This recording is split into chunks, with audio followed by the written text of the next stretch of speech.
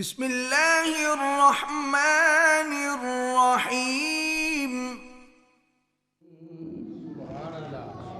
واجب الاحترام معزز محتشم سامعین و حاضرین، آج کا جو جمعۃ المبارک ہے، آپ کے تذکرے کے حوالے سے یہ آخری جمعہ ہے جس میں ہم نے الحمدللہ اگر دیکھا جائے تو سارا مہینہ ہی ہم نے سیدنا صدیق اکبر رضی اللہ عنہ کا تذکرہ کیا ہے، اور خدا کی قسم جب پڑھتا ہوں تو دل میں یہی بات آتی ہے کہ بندہ سارا سال ہی اگر ان کی باتیں کرتا رہے تو سالوں سال ختم ہو جائیں گے، لیکن ان کا تذکرہ ختم نہیں ہوگا۔ اللہ نے رتبے اتنے عطا فرمائے ہیں، اور اس کے پیچھے کیا ہے؟ وہ میرے نبی کی نسبت ہے، میرے نبی کا پیار ہے، میرے نبی صلی اللہ علیہ وآلہ وسلم کا عشق ہے، جس نے نام آپ کا عبداللہ ہے، لوگ آپ کے نام سے واقف نہیں ہیں، اتنی پہچان نہیں ہے نام کی۔ کسی سے پوچھو حضرت ابوبکر صدیق کا اصل نام کیا تھا، تو اصل نام کیا تھا؟ عبداللہ۔ لوگ اصل نام کو بھول گئے، وہ جو میرے نبی نے لقب عطا فرمائے ہیں نا، میرے نبی نے جو عزتیں عطا فرمائی ہیں، زمانہ اسی کو یاد کرتا ہے اور یاد کرتا رہے گا۔ حضور نبی کریم صلی اللہ علیہ وآلہ وسلم کے سامنے صحابہ بیٹھے ہیں، سرکار نے فرمایا جنتیوں کی 365 نشانیاں ہیں۔ کتنی؟ بولیے کتنی؟ 365 نشانیاں ہیں۔ تو حضرت ابوبکر صدیق رضی اللہ تعالیٰ عنہ نے حضور کی بارگاہ میں عرض کیا، یا رسول اللہ، کیا ان میں سے کوئی نشانی میرے اندر بھی موجود ہے؟ میرے نبی کریم صلی اللہ علیہ وآلہ وسلم نے فرمایا، ابو بکر، وہ جو 365 نشانیاں ہیں نا، اللہ نے ساری تجھے عطا فرمائی ہے۔ اسے کہتے ہیں کنفرم جنتی، جس نے، اور پھر سرکار نے برملا حضرت سیدنا صدیق اکبر رضی اللہ تعالیٰ عنہ کو فرمایا کہ ابو بکر فی الجنہ، میرا ابو بکر جنت میں ہے، جنتی ہے۔ اتنے اعلیٰ رتبے پائے حضور نبی کریم صلی اللہ علیہ وآلہ وسلم کی بارگاہ سے۔ اور میں نے انہی تقاریر کے اندر یہ عرض کیا تھا کہ ہم اہل سنت و جماعت حضرت سیدنا صدیق اکبر رضی اللہ تعالیٰ عنہ خلیفۃ الرسول کہتے ہیں۔ آپ کو کیا کہتے ہیں؟ خلیفۃ الرسول، رسول اللہ صلی اللہ علیہ وآلہ وسلم کے خلیفہ۔ اور ایک بات یہ بھی ذہن میں رکھیں کہ دنیا میں دو طرح کی حکومتیں ہوئی ہیں۔ ایک حکومت کو کہا جاتا ہے بادشاہت، یعنی بادشاہ سلامت کی جو من مرضی ہے انہوں نے وہ کام کرنا ہے، کسی اور کی بات سننی نہیں، یعنی ڈنڈے والی حکومت۔ دوسری جو حکومت ہوئی وہ اللہ کے نبیوں نے جو کی، وہ اللہ کے احکام کے مطابق، دین کے مطابق لوگوں سے محبت کی اور ان پر حکومت کی۔ سمجھے میری بات؟ چونکہ ان میں حضرت یوشع بن نون، حضرت داؤد علیہ السلام، حضرت سلیمان علیہ السلام، انہیں اللہ نے وسیع سلطنت عطا فرمائی، اور انہوں نے وہی کام کیے جو اللہ کی مرضی کے تھے۔ اللہ کی مرضی اور منشا کے مطابق نظام حکومت چلایا، جب حضور نبی کریم صلی اللہ علیہ وآلہ وسلم کو اللہ تعالیٰ نے فتوحات عطا فرمائیں، اسلام کا پرچم ساری دنیا میں لہرانے لگا، پھر حضور نبی کریم صلی اللہ علیہ وآلہ وسلم نے اپنے وصال سے پہلے کسی بھی شخص کو منتخب نہیں فرمایا، منتخب نہیں فرمایا، اس لیے کہ پھر یہ رواج پڑ جانا تھا کہ میرے بعد جناب والا یہ خلیفہ ہے، یا میرے بعد یہ بندہ میری کرسی کے اہل ہے، میری مسند کے اہل ہے۔ حضور صلی اللہ علیہ وآلہ وسلم نے خلیفہ چننے کا جو معاملہ تھا وہ اپنے صحابہ کرام پہ چھوڑ دیا، تاکہ میری امت میں اختلاف پیدا، بولیے اختلاف پیدا نہ ہو۔ صحابہ کرام رضوان اللہ علیہم اجمعین نے باہمی مشورے کے ساتھ جنہیں خلیفہ منتخب فرمایا، وہ کون سی ذات ہے؟ وہ حضرت سیدنا صدیق اکبر رضی اللہ تعالیٰ عنہ کی ذات۔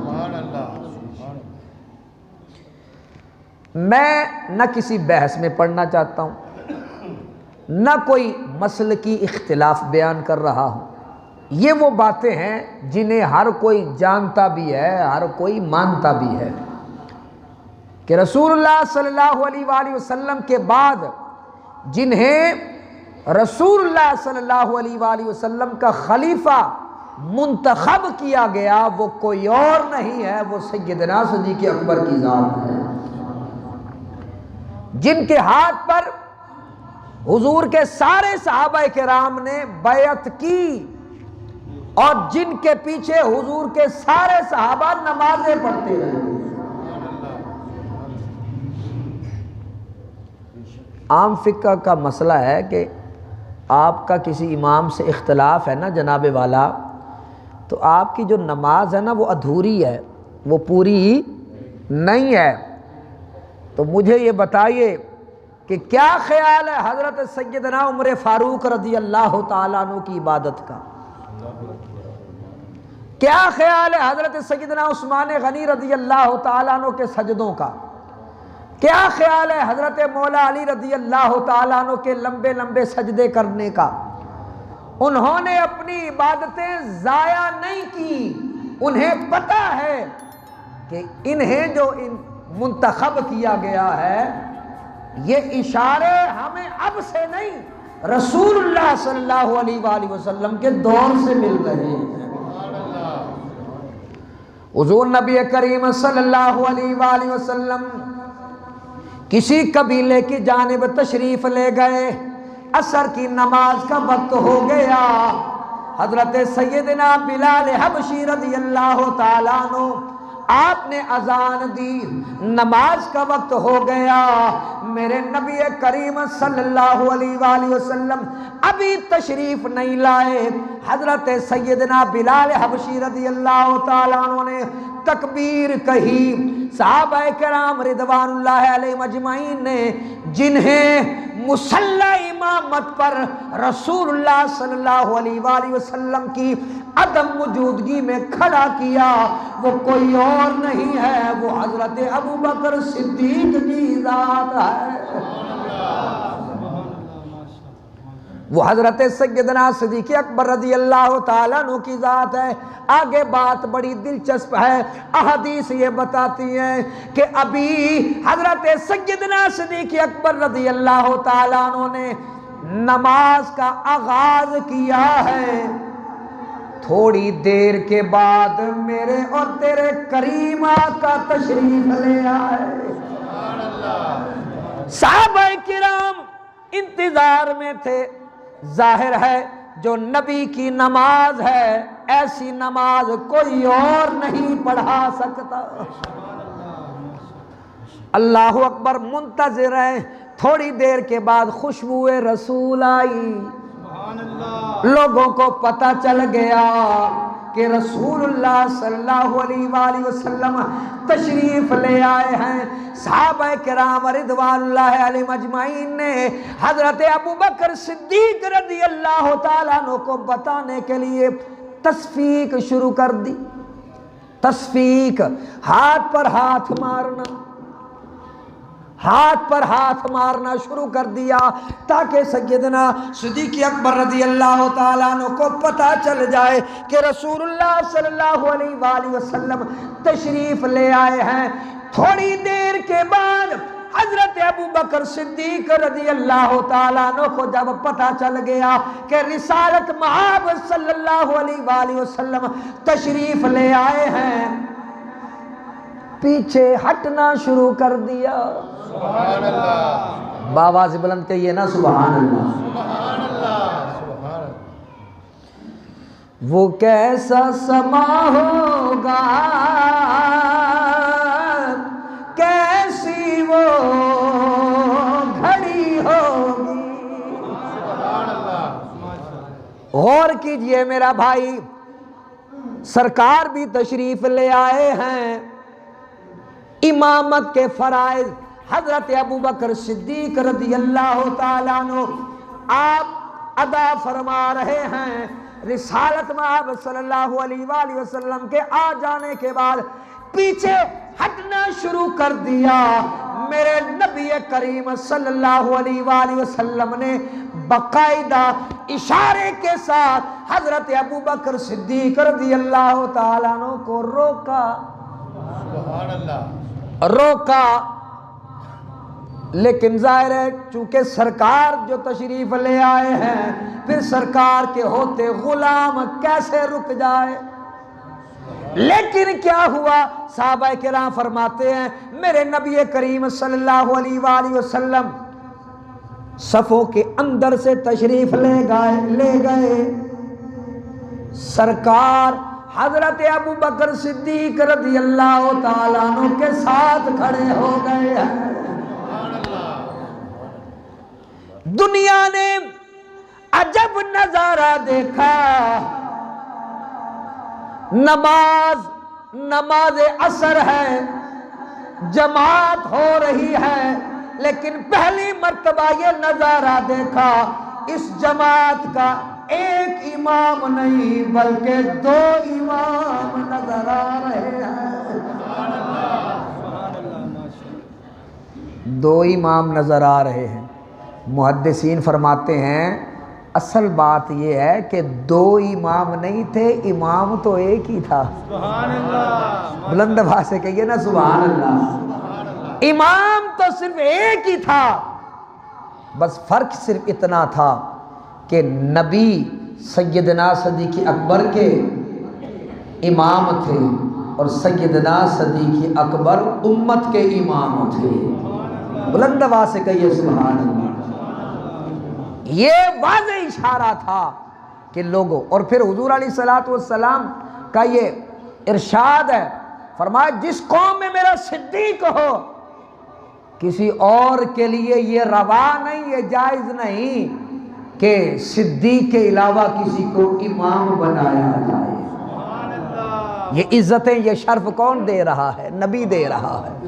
اور اشارے دیے جا رہے ہیں کہ لوگوں اس بات کو سمجھ جاؤ. واضح کیوں نہیں کہا کہیں امت میں کوئی انتشار یا جھگڑا نہ پیدا ہو جائے. اور پھر حضور نبی کریم صلی اللہ علیہ وآلہ وسلم کی بارگاہ میں ایک عورت آئی. اس نے، اب تھوڑی سی حدیث میرے ذہن سے نکل گئی ہے لیکن باہر کیا، اس نے کہا یا رسول اللہ صلی اللہ علیہ وسلم کہ اگر میں بعد میں آؤں آپ نہ ملیں تو پھر کس سے رجوع کروں؟ فرمایا میرے ابو بکر سے رجوع کر لینا. میرے بعد اگر میں نہ ملوں تو پھر میرے ابو بکر سے رجوع کر لینا. یہ مقام کون دے رہا ہے؟ نبی خود عطا فرما رہا ہے.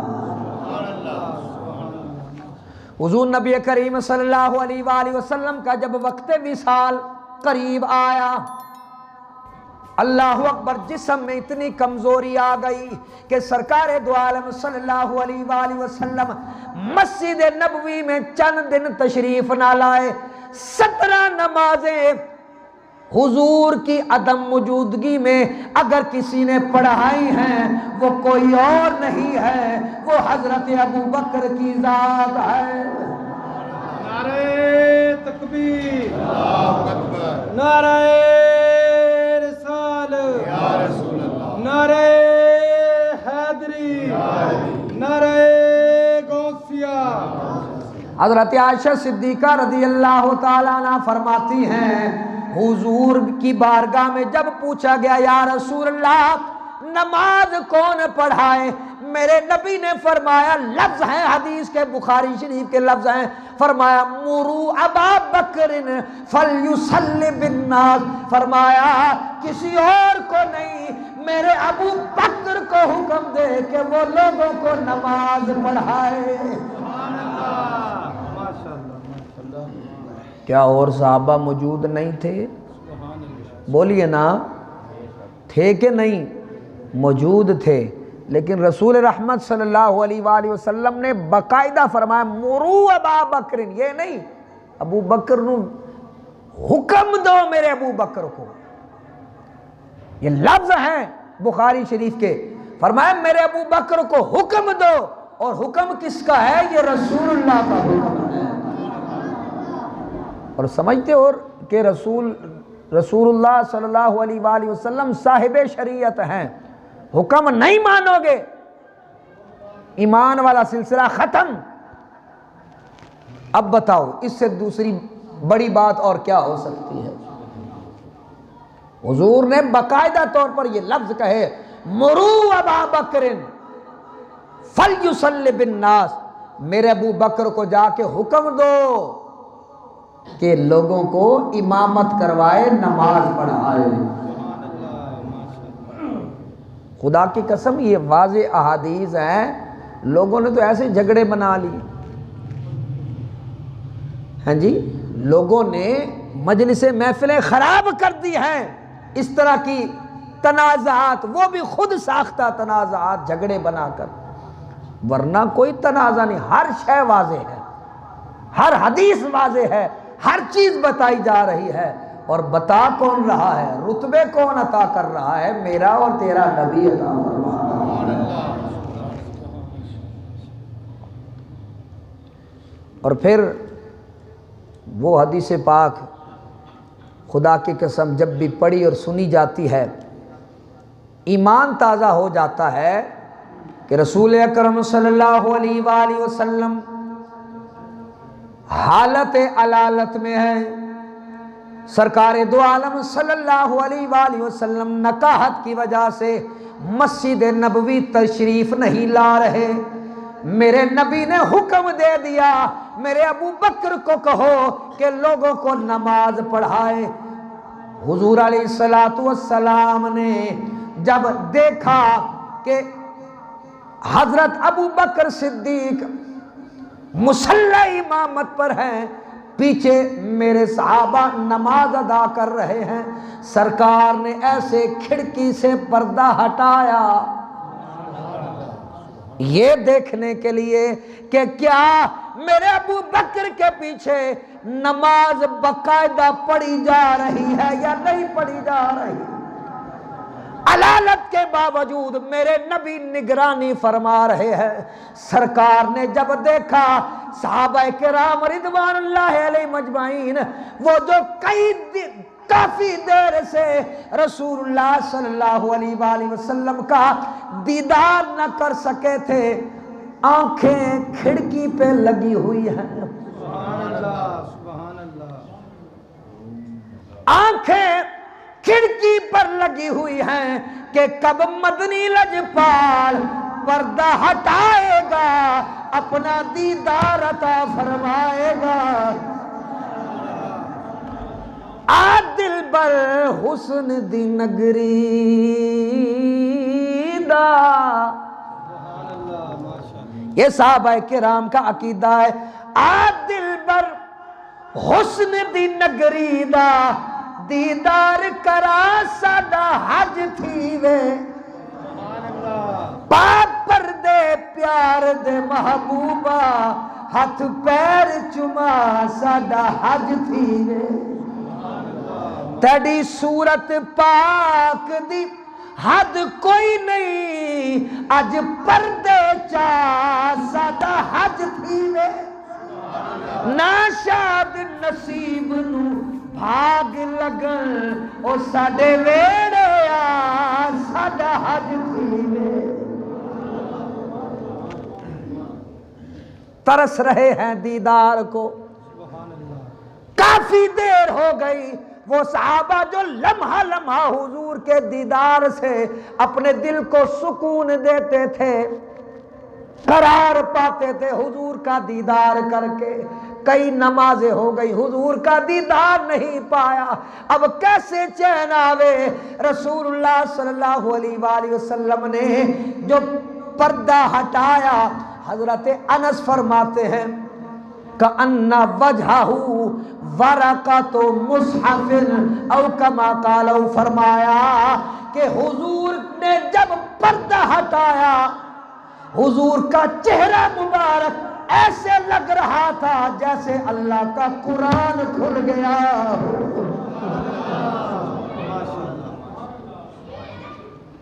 اب بتائیے کہ ہم پھر کدھر جائیں ارے کوئی ان کو جا کے بتائے کہ بھائی کھڑکی کہاں کعبہ کہاں سبحان اللہ سبحان اللہ ارے کھڑکی کہاں کعبہ کہاں لیکن یہ صحابہ کرام ہیں جنہیں اللہ نے اپنی رضا کا تمغہ عطا فرمایا ہے ان کا ایک ایک عمل امت کے لیے ہدایت کا باعث ہے ایک راستہ ہے جو جو اس کو اپنائے گا کامیاب ہو جائے گا یہ مقتدا ہے یہ رہنما ہے یہ مرشد ہیں یہ حضور کے تربیت یافتہ ہیں لیکن کیا کیجئے صحابہ کرام اپنے عمل سے بتا رہے ہیں جو رسول اللہ کا ہو گیا وہ اللہ کا ہو گیا یہی دین ہے خدا کی قسم یہی دین ہے جس نے میرے نبی کی توجہ حاصل کر لی اس سے اللہ راضی ہو گیا اور پھر حضور نبی کریم صلی اللہ علیہ وآلہ وسلم کا جب سرکار نے ایسے کھڑکی سے پردہ ہٹایا نا تو صحابہ کرام رضوان اللہ علیہم اجمعین نے سمجھا کہ سرکار تشریف لا رہے ہیں اللہ اکبر صحابہ کرام رضوان اللہ علیہم اجمعین نے پھر تصفیق کی ہاتھ پر ہاتھ مارا ابو بکر صدیق رضی اللہ تعالیٰ عنہ کو بتانے کے لیے کہ جن کا انتظار تھا کبھی اے حقیقت منتظر نظر آ لباس مجاز میں کہ ہزاروں سجدے تڑپ رہے ہیں میری جبین نیاز میں ارے جن کا انتظار تھا وہ کملی والے تشریف لا رہے ہیں صحابہ کرام نے تصفیق کیا حضرت ابو بکر صدیق رضی اللہ تعالیٰ عنہ پیچھے ہٹنا شروع ہو گئے اب صحابہ کرام کا بھی حال دیکھیے جب ایک کو پتہ چلا دوسرے کو پتہ چلا قبلہ سامنے ہے لیکن سب کی توجہ کھڑکی کی طرف ہے بلکہ کھڑکی کی طرف نہیں چہرہ مصطفیٰ کی طرف ہے سبحان اللہ ماشاءاللہ اس لیے کہ ان کو پتا ہے کہ سانول دی نگری تو کعبہ نثارے بلند وان لاکھو نا سبحان اللہ سانول دی نگری تو کعبہ نثارے کعبے دا کعبہ او خود میں ڈا یارے سانول دی نگری تو کعبہ سارے، ان کو پتا ہے کہ کعبے کا جو کعبہ ہے وہ کوئی اور نہیں ہے، وہ میرا اور تیرا نبی ہے۔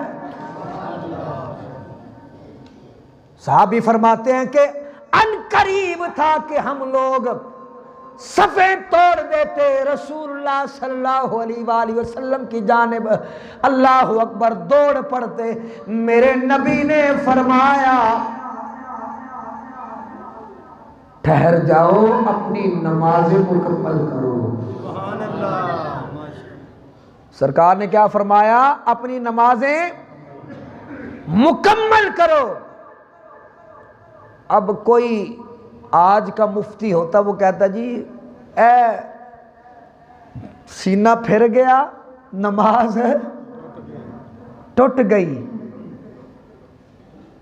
حالانکہ فتویٰ بھی یہی ہے کہ سینہ پھر گیا، نماز خانہ کعبہ سے سینہ پھر گیا تو نماز ٹوٹ گئی۔ اور پھر کئیوں نے تو حد درجہ بغض میں یہ الفاظ کہے کہ نماز کے اندر رسول اللہ صلی اللہ علیہ وآلہ وسلم کا خیال اور تصور آ جائے تو نماز رہتی نہیں۔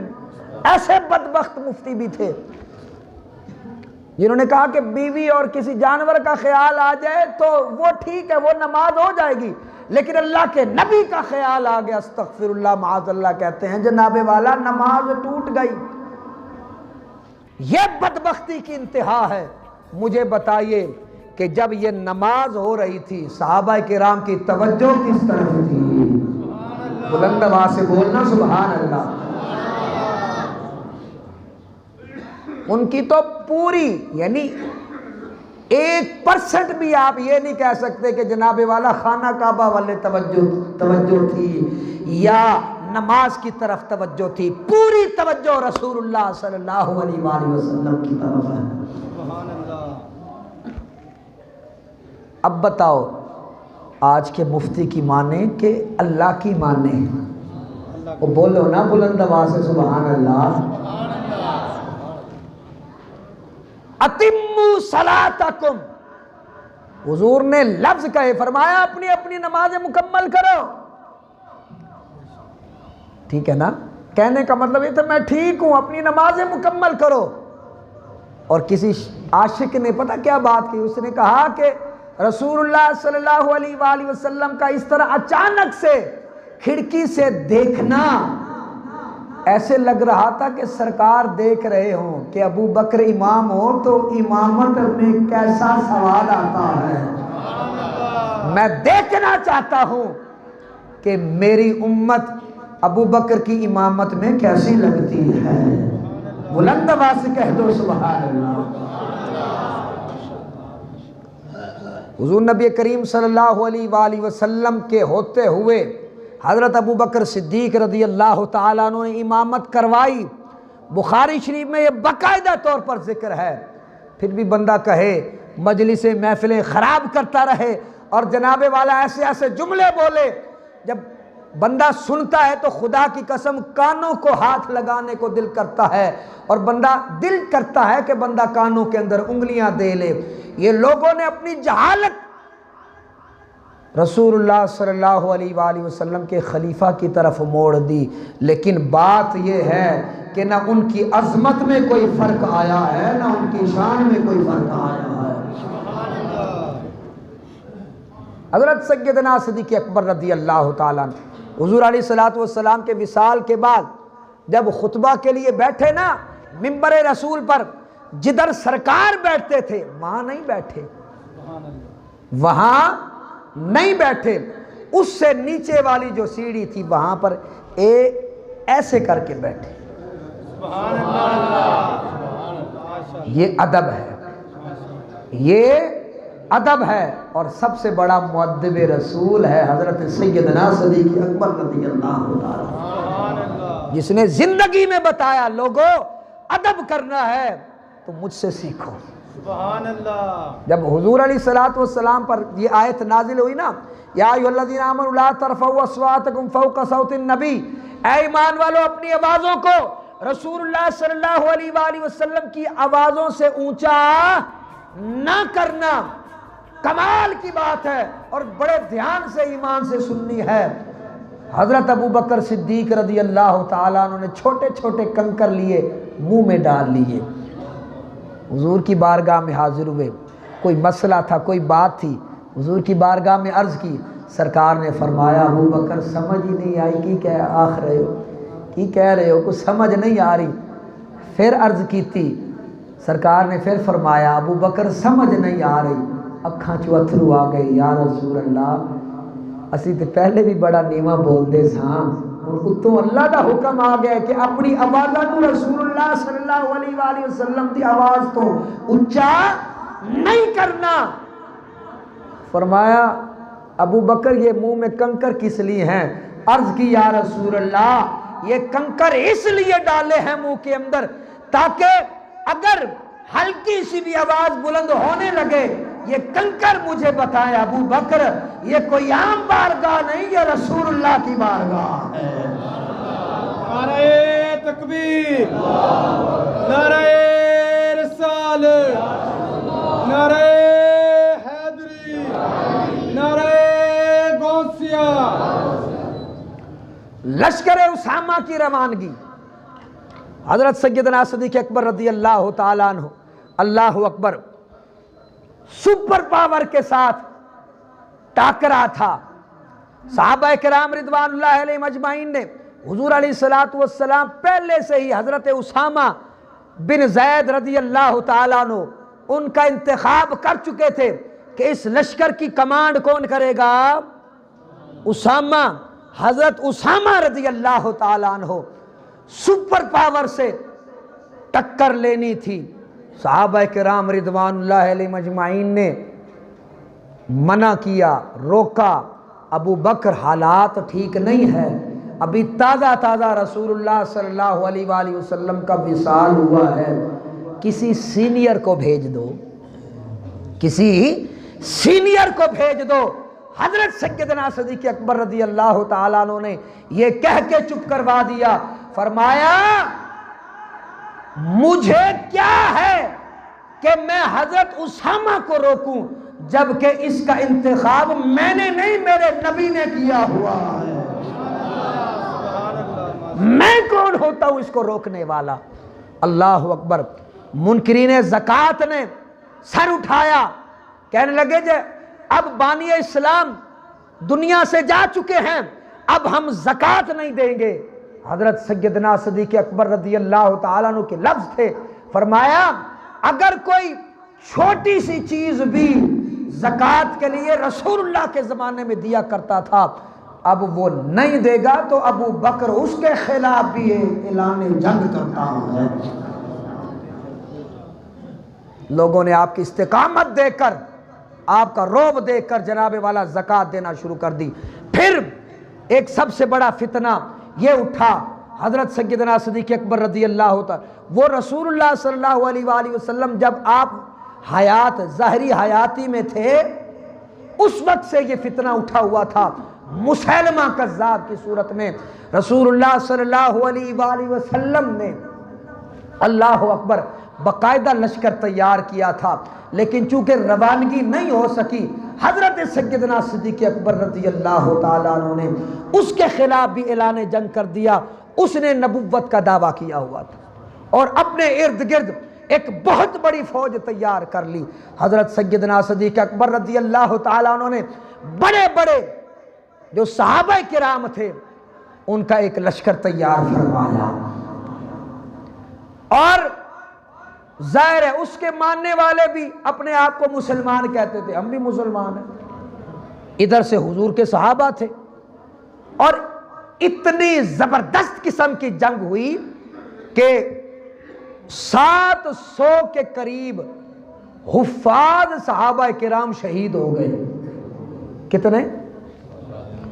700 کے قریب حفاظ صحابہ کرام شہید ہو گئے۔ جب جھنڈا آیا نا حضرت خالد بن ولید کے ہاتھ میں، بلند آواز سے پکار سبحان اللہ، حضرت خالد بن ولید رضی اللہ تعالیٰ عنہ نے عرض کی حضور ادھر بھی کلمہ پڑھنے والے، اللہ اللہ کی صدائیں لگانے والے، اور اللہ اللہ کی صدائیں لگانے والے ادھر بھی حضور کے صحابہ ہیں، داڑھی انہوں نے بھی رکھی ہوئی ہے اور داڑھی الحمدللہ ہماری بھی ہے، سمجھ نہیں آ رہی دشمن کون ہے دوست کون ہے۔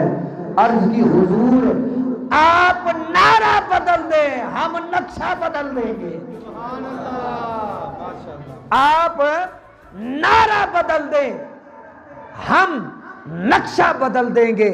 حضرات محترم صحاح ستہ میں یہ حدیث ہے، ینادونا یا محمد اے یا رسول اللہ، پھر ان کی زبان پر جو نعرہ تھا یہ وہی نعرہ تھا جو ہم سب کو الحمدللہ بڑا پیارا ہے۔ وہ کون سا نعرہ تھا؟ صحابہ کرام نے جو نعرہ مارا ہے وہ کیا ہے؟ یا محمد، اے یا رسول اللہ۔ صحابہ کرام نے اس وقت جو نعرہ لگایا تھا وہ کوئی اور نہیں تھا، وہ یا رسول اللہ کا نعرہ تھا، نعرہ رسالت، نعرہ رسالت۔ اللہ اکبر۔ تو صحابہ کرام رضوان اللہ علیہ مجمعین نے ادھر سے یا رسول اللہ کا نعرہ لگایا، ظاہر ہے وہ تو منکر تھے رسول اللہ صلی اللہ علیہ وآلہ وسلم کی رسالت کے۔ پھر کام تمام ہوا، اللہ نے الحمدللہ حضرت سیدنا صدیق اکبر رضی اللہ تعالیٰ عنہ کے لشکر کو فتح عطا فرمایا۔ حضور نبی کریم صلی اللہ علیہ وآلہ وسلم کی بارگاہ میں حضرت ابو بکر بھی بیٹھے تھے، حضرت سیدنا عمر فاروق بھی بیٹھے تھے۔ حضور نبی کریم صلی اللہ علیہ وآلہ وسلم نے دونوں کا ہاتھ تھاما، ایک دائیں طرف حضرت ابو بکر صدیق ہیں اور بائیں طرف حضرت عمر فاروق ہے۔ فرما ہاکذا نبعث یوم القیامہ، حضور نے چل کے دکھایا، فرمایا جس طرح آج میرے دائیں ابو بکر ہیں بائیں عمر ہے، فرمایا کل قیامت کا دن آئے گا، اللہ جب ہمیں اپنی طرف بلائے گا ایک ہاتھ میں ابو بکر کا ہاتھ ہوگا، دوسرے ہاتھ میں عمر کا ہاتھ ہوگا۔ یہ بھی تو دیکھو میرے نبی کریم صلی اللہ علیہ وآلہ وسلم نے ارشاد فرمایا ما بین بیتی و منبری روضۃ من ریاض الجنہ، سنو دل کے کانوں سے سنو اور جا کے دنیا کو بتاؤ، اس کرۂ زمین پر ایک ہی ٹکڑا ہے جسے میرے نبی نے جنت کا ٹکڑا کہا ہے۔ وہ ٹکڑا کون سا ہے؟ فرمایا میرے گھر ما بین بیتی و منبری، میرے گھر اور میرے منبر کے درمیان جو جگہ ہے، فرمایا روضۃ من ریاض الجنہ، وہ جنت کے باغوں میں سے ایک باغ ہے،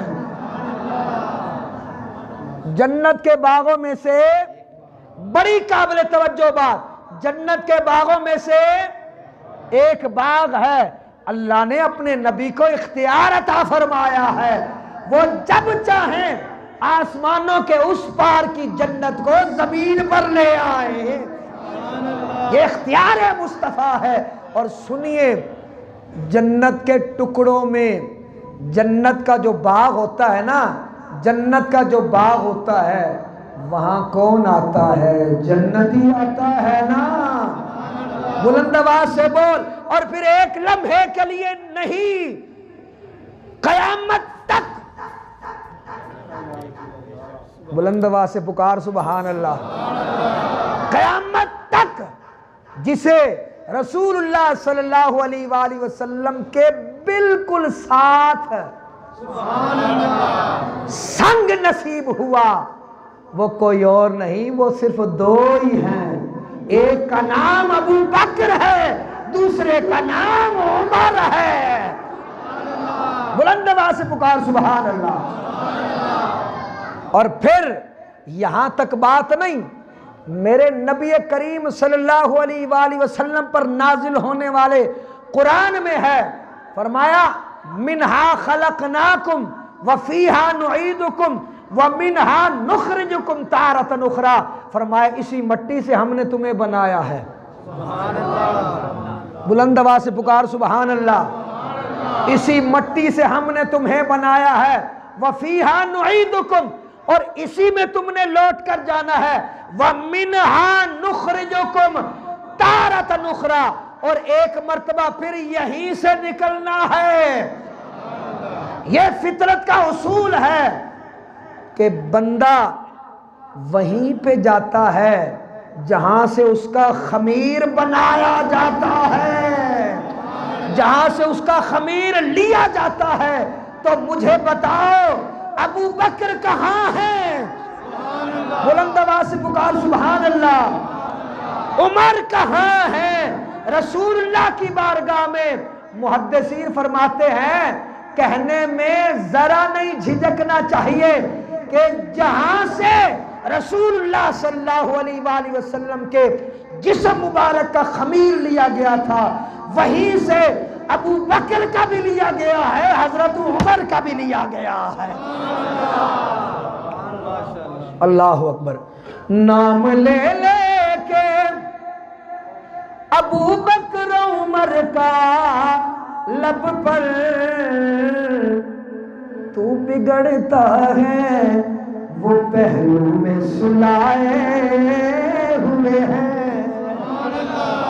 لو مدینے کی تجلی سے لگائے ہوئے ہیں، دل کو ہم مطلع انوار بنائے ہوئے ہیں.